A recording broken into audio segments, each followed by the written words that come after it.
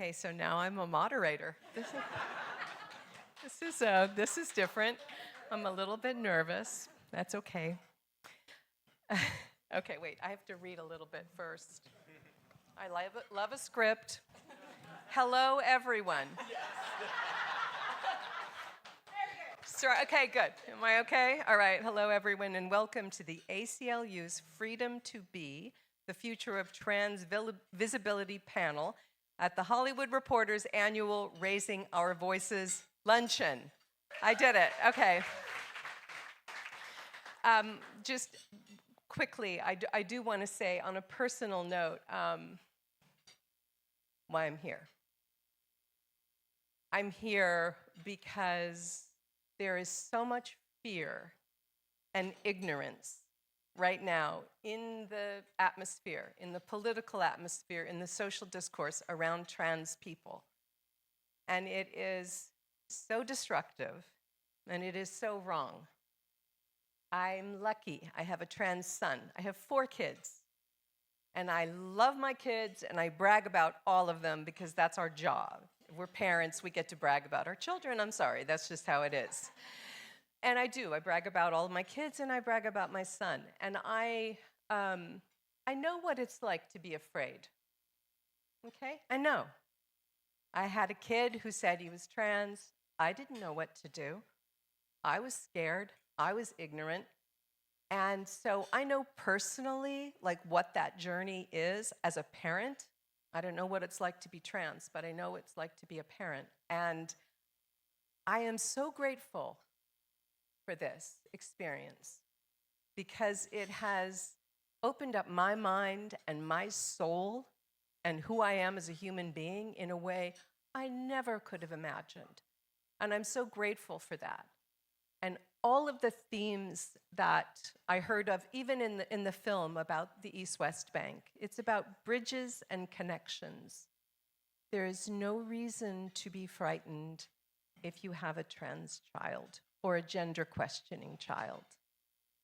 What kids and families need is support and love and information and counseling and medical care, and it's not complicated.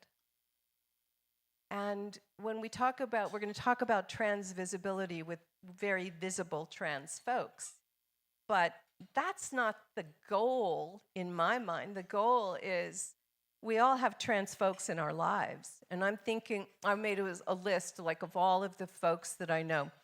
Doctors, caregivers, the guy at the bookstore, the store clerk, the barista, the scientist, the author, the poet. Like, this is life. And everyone deserves to be able to live in freedom and dignity. That's what our country is about. That's what we want to move towards. And right now, we really need to underscore that. So that's where I'm coming from.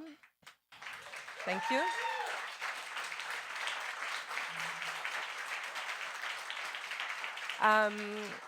I want to start by going to Chase.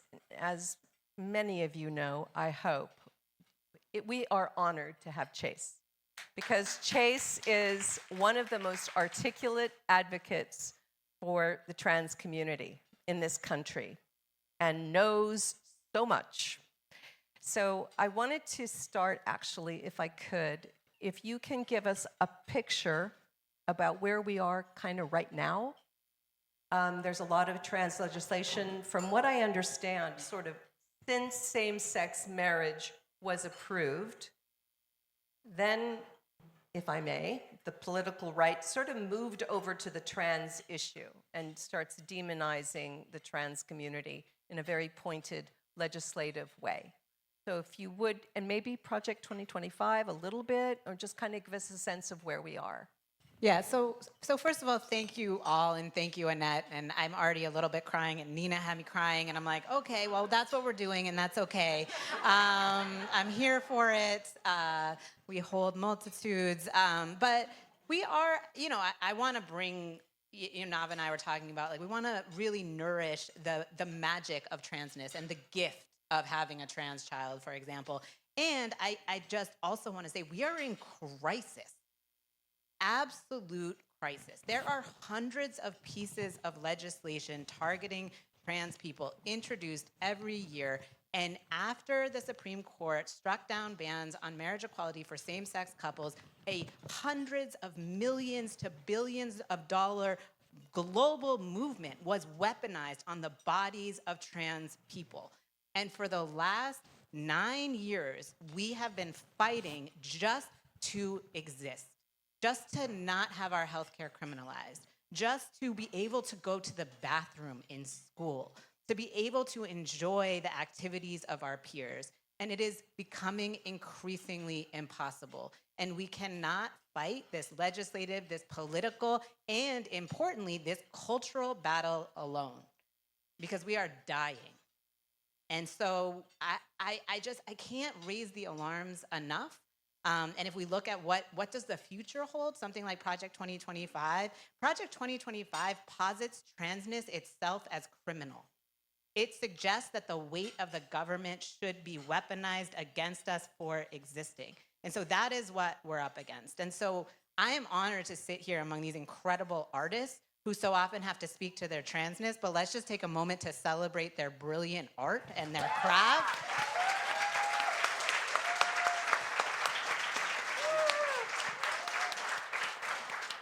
And because at the end of the day, litigation, which is what I do, is a form of storytelling. But it's a form of storytelling that exists within the cultural context in which we live. And so whatever stories we're able to tell as lawyers, as policymakers, as litigators, it's constrained by the cultural context that we are existing in. So whatever power I have in the courtroom pales in comparison to the power that you all have. And so I'm here today to just be in your presence, but also to ring every alarm that I can, because our survival is dependent on the stories that we're able to tell in this society. And so let's do this. Thank you. Okay, great. Thank you. So, Nava, I'm going to ask you the first question. So, first of all, congratulations on Baby Reindeer, which is this massive hit on Netflix, and it's a wonderful show. And congratulations on your Emmy nomination. So happy for you. And sort of to what the last panel was speaking to, the complexity of characterization. And one of the things that is so striking in this performance and in this show is that you are the smartest, least neurotic, most accomplished, sane person in the show, which is such a refreshing thing in this character. So I just wanted to know what you might want to say about Baby Reindeer and what your experience has been like. And maybe I hear something about you've been getting particular responses from cis men that might be interesting for people to hear about. Did that leak somewhere? I'm like, Tell us the truth. well, thank you so much. It's an honor to be sitting here, and I think I still can't really believe that everything that's happened this year has happened, and I think that it's been so special that the way that I think so much of the world has received Baby Reindeer is exactly the way that I did when I read the script and when I was filming 2 years ago now. And so as you were, asking the question, I kind of remembered how special it was to work with Richard. And I think it feels still very taboo and stigmatized, I think, for cis men to even speak to a trans woman, which I think is a reflection of the ostracization that trans people have faced in our society and the way that trans people have been placed at the bottom of social hierarchy. And so let alone, so for a cis man to not only you know, address a trans woman, but then uplift her in a story the way that Richard did, was the first time that I had ever seen something like that. And so it was transformative for me, personally, to kind of reckon with the weight and I think the pain that is inherent, and inherited in the dynamics between cis men and trans women. But the reality is that we can find love with each other. We can find understanding with each other. And so it's been incredible now that audiences around the world have gotten to witness one relationship like that. And I think that it has led them to interrogate what it means for them and what relationships they might be having with trans women. And so, yeah, there's been people that come up to me on the street and I'm always like, wait, you, like, this meant something to you, you know? Like, yeah, shout out to that French guy at Huntington Gardens. Like, seriously, it really meant so much to me. Like, I was like, okay, like, it freed you too. So it's been really beautiful to get to share that. I love that, and I love that you share just that specific experience, because often when we're in the public eye, we have a general sense of maybe having some effect on an individual, but when you have a moment, a personal moment with one person who comes up and takes your arm. I can think of a number of that I've had over my life, and I just think, wow, sometimes people even tell you secrets because they felt, because I know I feel that when I watch something, I feel somehow, if it's really touching me, it's about my story. They're telling me my secret that I didn't even know I had. And that's what it's all about, and that's beautiful. One of my friends here in Los Angeles just moved here from Texas. She's a lawyer. She's incredibly articulate and smart, and she's got a trans child. She has 2 kids. One is trans.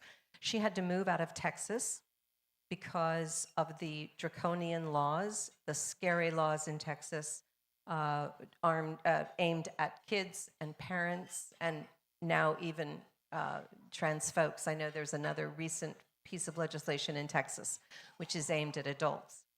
So what I imagine is some kid in Texas, maybe they're a teenager, they're old enough to watch Baby Reindeer, maybe they're questioning their gender, they're questioning who they are, and then they sit down and they watch this show.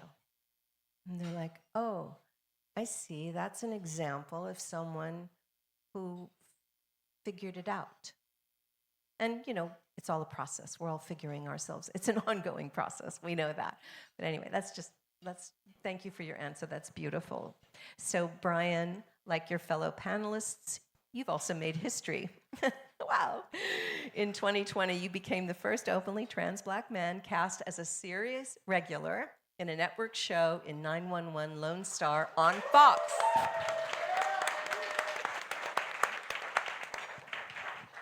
What an incredible moment. I mean, I know we've got a lot of things to fight and a lot of hate and a lot of fear out there, but we also have this enormous moment, this great success, this joy. So congratulations. Really, how amazing. Thank you. Can you talk about experiences you've had in which you worked with the writers? From what I understand, you had the ability and have had the ability to affect the writing and the way that the storytelling works in your show. And I'd just love to hear about that and how you've been able to basically be there and be yourself and influence how the stories are told. That's a great question. Thank you. And thank you all for having me here. I'm also, like Nava, just feeling incredibly proud and blessed to be here.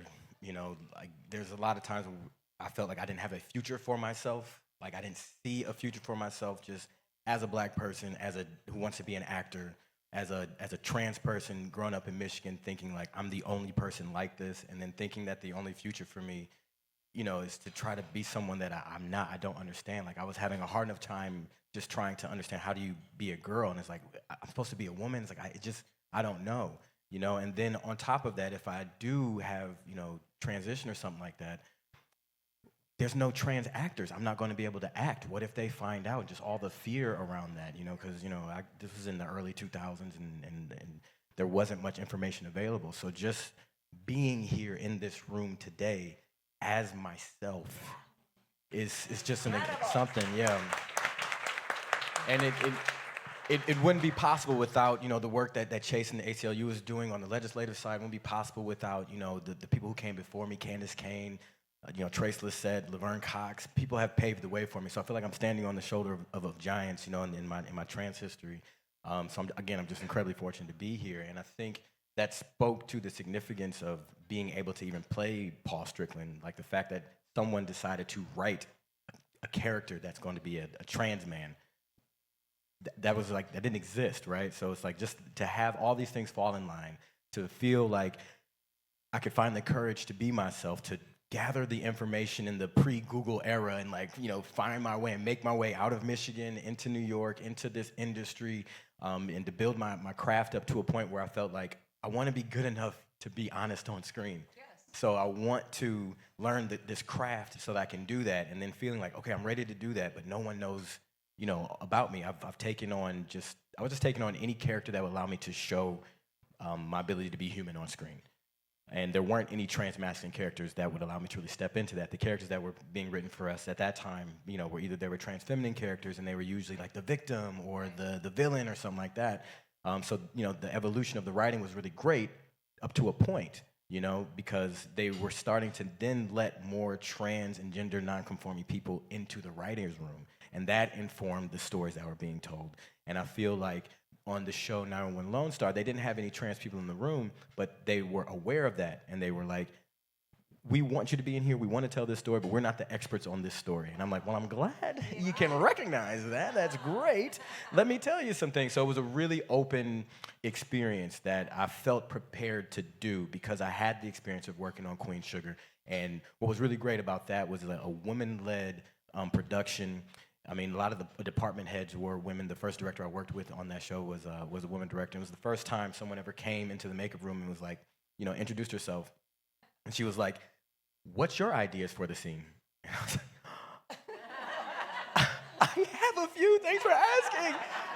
And it was wonderful. It was wonderful to bring that truth to this moment. It was very similar to how Nava explained her experience in Baby Reindeer, where it's like instead of the trans person being the one asking for help and acceptance, it was like the black trans man was in a position of the black cis man was in a position of vulnerability, and my character had his stuff together and was able to kind of say, hey, this brother, this is what you need to do, and also express gratitude for his allyship, right? He said, I didn't know what was going on with you at the time, but I just wouldn't let anybody be mean to you. And I was like, that is what kind of saved me. So it was just a great example across the board of how to handle stories that involve trans characters, that I felt like I want to make sure I bring that to Lone Star now that I'm in this position to represent a character that is going to be in the houses of people in these rural and middle American countries who don't know that they know a trans person. So it's like, if I'm going to be the only trans person they know, I want to be as authentic as possible and as truthful as possible to make sure that the humanity of our experience, our shared experience, is clear in this representation. God, that's so beautiful. Wow. I know that privacy has always been really important to me as a public person, and I think that it's part of our work that a lot of people struggle with in terms of invasive questions, inappropriate questions. I mean, I've been around long enough now, it doesn't surprise me and it doesn't really bother me, and it's not like it's a huge problem for me, but every once in a while it comes up. And especially right now in this time of sort of oversharing, if I may, just in general, there's a lot of oversharing.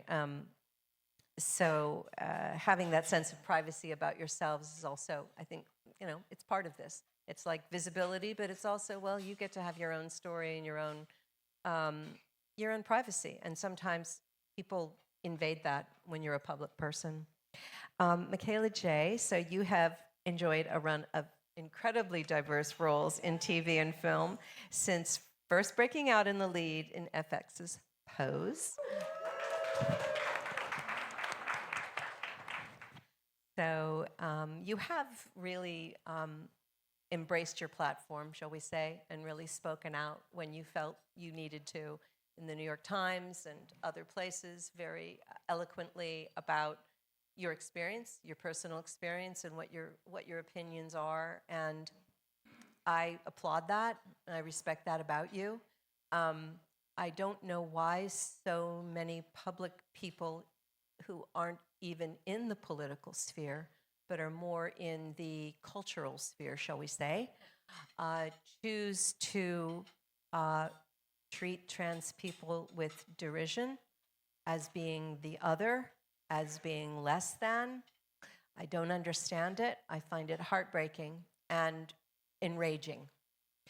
So I just want to first of all say thank you for being such a great voice. And yeah, how do you do that? How do you manage that? The first word I would probably use is, when in any kind of situation like that, I use grace. You have to have grace for anyone, even when it's negative. I try my best to live by standards that my mom has raised me on. She's here today. Hey, Mama. She's right there. I always put her on the spot too. I'm sorry, girl. I didn't mean to put you on the spot like that. No, but in all honesty, I try to use grace, because when you approach something with grace first, you get to think about the action how you're going to react and the actions you want to take. So when it comes to any kind of derogatory slur or any kind of person, I try my best to really understand where they're coming from, and I realize that it's not my problem at all, it's theirs. And I can't do anything about that. The only thing we can do as people who are influencing, who are actors and actresses, whether you are trans or not, is to keep inspiring and helping people understand why we work so hard for what we do. And that's what I lead by, and I try my best to continue to do that. I think grace is the most important thing you can have for anyone. Okay, now I'm tearing up. Now it's my turn. Okay, yeah. I feel like so many of these folks, if we could just get them right here in this room to sit with us for an hour and a half or 2 hours, then so much of that crazy would go away. Okay, so Chase, I wanted just to ask you, can you talk about the very important case that you're working on at the ACLU, LW versus Skermeti, and what's at stake for transgender youth, please? Ooh, yeah. So I just want to one more time thank the three of you, because when I was growing up, the only trans masculine person I ever had heard of was Brandon Teena, and he was murdered. And that's all I knew, because that's all I saw, the future of being murdered. And now I have been at the ACLU for 12 years, and I'm leading a case at the United States Supreme Court on behalf of my community because of people, of you. So thank you. Thank you. But people aren't aware of what's happening. So we are at the United States Supreme Court now, challenging one of the 25 bans on evidence-based medicine for trans adolescents. And the court is going to decide whether it is constitutional to deny people medical care that their parents, and their doctors agree is medically necessary for them. But more than that, the court is going to decide whether it is legal to discriminate against trans people, whether we are protected under the Constitution. And spoiler alert, the decision in this case is going to affect bodily autonomy for everyone. Because if the government can decide to take away people's health care because they don't like what that health care is, you might remember in 2022, they overturned Roe v. Wade, and this is an extension of that. And so everyone's rights, everyone's bodies are on the line at the court. And we are up before this court, likely to have argument in December with a decision in June of 2025 and an election in between. So we need to be showing up together. And so I hope that you are listening to these amazing people and getting ready to mobilize with us. Thank you. So now I guess the next question is, given your expertise, what is something that each of us in this room can do? What is one actionable thing that each of us in this room can do between now and the election? Oh, between now. Okay, so well, and then I'm gonna maybe everyone can share their thing. So it's not just me because I, what do I know? I think for now, because if you'll notice, between trans people and immigrants, this election is going to be based on the demonization of communities who are experiencing material harms and marginalization in this country. Listen to the rhetoric, the anti-Black, the xenophobic, the transphobic rhetoric. How do we counter that? With stories that humanize the people who are being dehumanized every day. So tell those stories, share those stories, follow the people who can amplify those stories, and that's what I would urge you to do, and I want to hear from these folks too. I would say, Go. fight it like it's your fight. Fight it like it's against you. The target that's on our back, you're on the other side of it. So please act as if it's your rights that are on the chopping block, because they are. And like Chase said, sharing the stories. There's so many stories now, right? So even if you don't know that you know a trans person, there's so much good representation in the media that you can use as an example. You can share disclosure. I think that's a great thing for people to watch, to talk about how media has informed whatever their opinion may be about a trans people. So I mean, just simple things like that, aside from going out to vote and voting in everyone's interest, would be a great thing to do. So those are the suggestions I would make. I love that. My mother is 95, and when my son came out in high school, he went to a very small progressive high school and graduated. And my mom, who is a Republican, Episcopalian, raised in Iowa, raised in a very patriarchal culture, at my son's high school graduation, she got up and she said, spoke beautifully about my son and said, I used to have a beautiful granddaughter and now I have a handsome grandson. And it was just kind of that simple. And I thought that is a very powerful statement. Anybody just that can get up and say something like this is how we change hearts and minds. Go ahead. Also say, mic check, 1 2 1 2. I'm a little silly, y'all. I would say what was so beautiful for me is watching the other women that were up here before us and hearing the stories that are so similar to what a lot of us as trans people go through, but more specifically what trans women go through. And we are complex. We have so many dimensions to us. And I think the best things that we can do is align and create together. That is how you make a movement. So, and hearing the women before, like I said, it was so inspiring, because there were a lot of circumstances that I've gone through the same exact ways that they did. And, there were times where I did not know when to speak up, but now is the time to do so.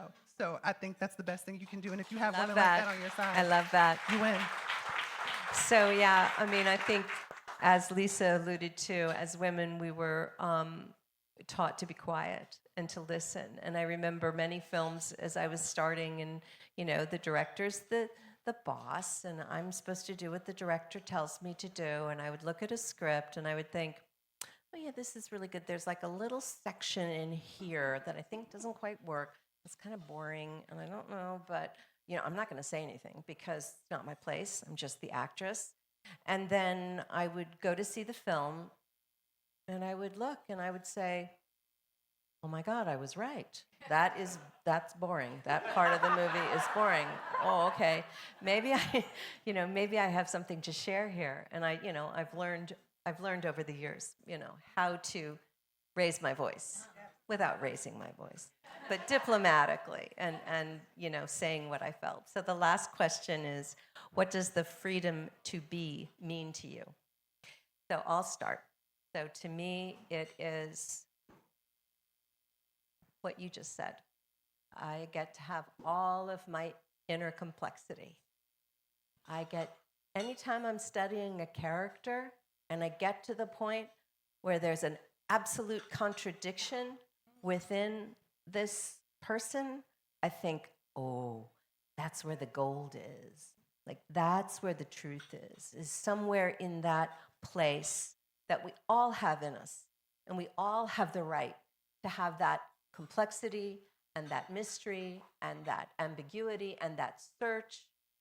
That's what we're talking about.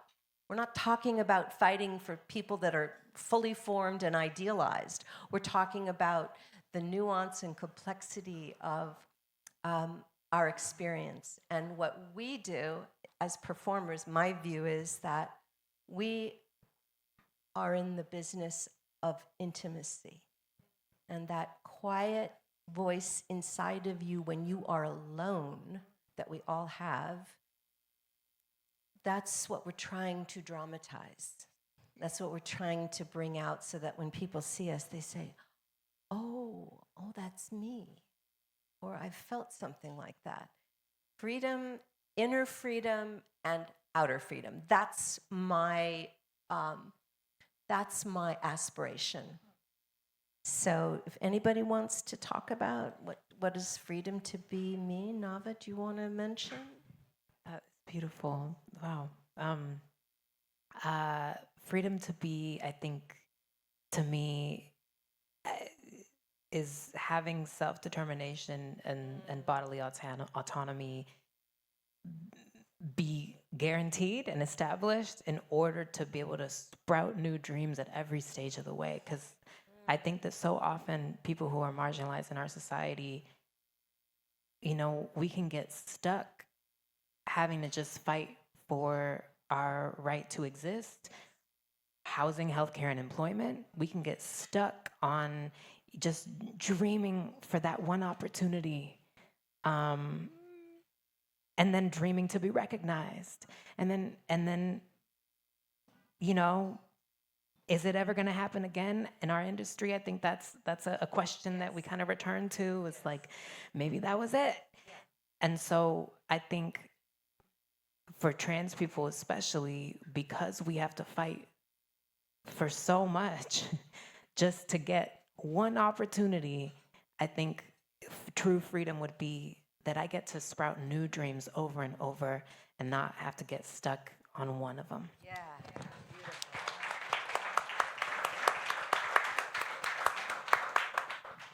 Anybody else want to speak to that?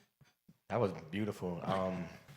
I would say freedom to be to me is like a mix of permission, inner permission to explore yourself and to change and to sprout those new dreams, and protection, like whether it's coming from within, protecting yourself when you're doing something new and vulnerable, and knowing that you have the support around you that's going to provide both, So whether it's while you're doing your inner, you have it in the outer, So even if you are of my experience or not, you're going to be a hedge of protection around me while I explore, and I'm going to do the same thing for you while you explore and you give yourself permission to be a different version of yourself. Beautiful, thank you. Michaela Jaé, do you want to? I would say, the first thing that came to my mind, honestly, like true freedom is obviously everything you guys said, but also having a healthy boundary and knowing when to draw the line, like having a secure boundary of when, where, and how, knowing when to say yes and knowing when to say no. That is freedom, because you get to actually choose to say yes or no. If you only are thinking to say no or only thinking to say yes, that's just, you're putting yourself in a cage.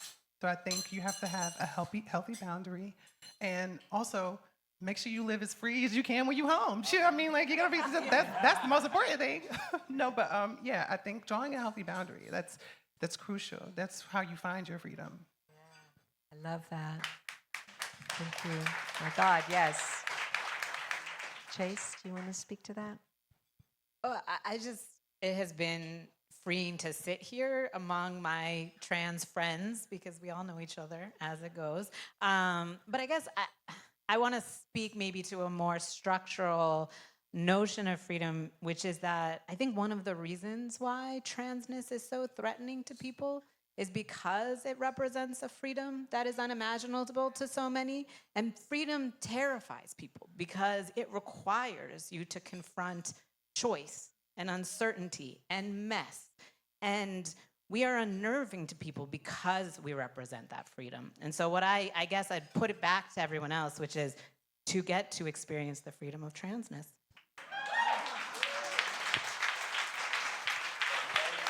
Absolutely. Oh, yeah.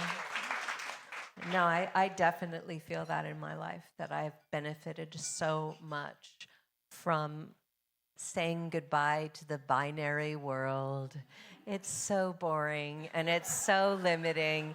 And the non binary world is so much more interesting. It's always been there anyway. It's just that now we get to celebrate it and understand it better and show compassion and also joy. So I guess that's it. We'll wrap it up. Thank you.